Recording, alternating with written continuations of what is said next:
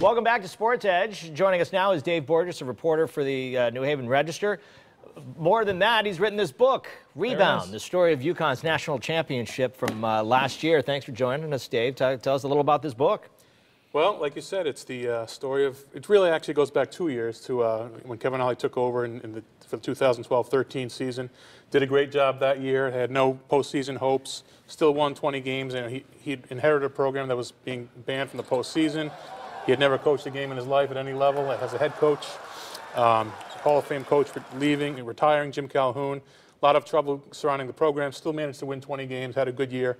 And then last year, out of nowhere, in my opinion, a lot of people's opinion, really, even though they were, they were a top 25 team in preseason and throughout most of the season, but more on reputation only, really. I mean, yeah, and they had good players returning like Shabazz and Boatwright and Daniels, but really kind of an amazing run to win a national title that very few, if anyone, saw coming. As a 7 seed, yeah. Yeah. When you cover this team and you put this book together, was there something you look back on? Was there a game, I asked you before about it, maybe a turning point or something? What's a memory you have that maybe a fan out there won't know or think of that maybe you saw as a beat writer on the road or something? One of the more underrated games, I think, it was a game in late February against South Florida, who, wasn't, as usual, sort of down on the bottom of the standings. And it was I believe they were UConn was actually trailing at halftime, not playing very well. At halftime, Shabazz Napier stood up in front of his teammates and just basically said, "Look, we're going to go out there, we're going to play better, we're going to do this, do that.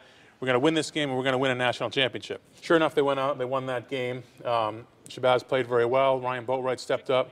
So that's kind of a little bit of a turning point that people might not know about. A South Florida game near the end of February, not really a high-profile type game, but it showed Shabazz's leadership qualities. You spent a lot of time with the team, traveling to all the games, going to all the practices, talking with the players, the coaches, day after day. Give us some insight other than that, maybe some dirt that we wouldn't know. But having been there every day, you see.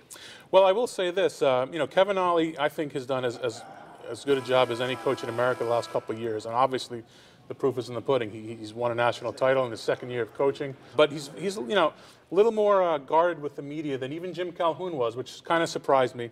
There was a situation last year in which I was the guilty party in filming a little bit of practice on my iPhone, kind of mistakenly, and it got out on Twitter. It was only a very small snippet, but Kevin wasn't happy about it and kind of barred us from practice ever since then. And so it's your fault. It is. It's all my fault. Oh, Dave, what'd you do? It's 8 letters from the Haven Register. My own little Spygate.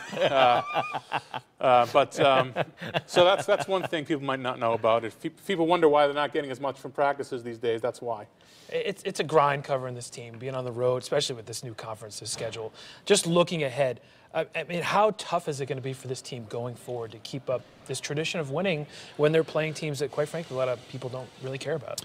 Overcoming the conference is difficult in continuing to attract fans and certainly recruits as well. So far we haven't seen a huge effect, although they have lost out in the recruiting battles on a few top-notch players. Well, we like reading you in the Register, and now we get to read Rebound, the incredible story of the UConn basketball's comeback from defeat to dominance. Thanks so much for joining us. We can find this book on Amazon and the bookstores. Yep, it hits bookstores on tonight, Tuesday, the March 3rd, and then online as well, Amazon and different online places. Dave Borges, thanks for coming in. Thank you. Thanks for having me, guys.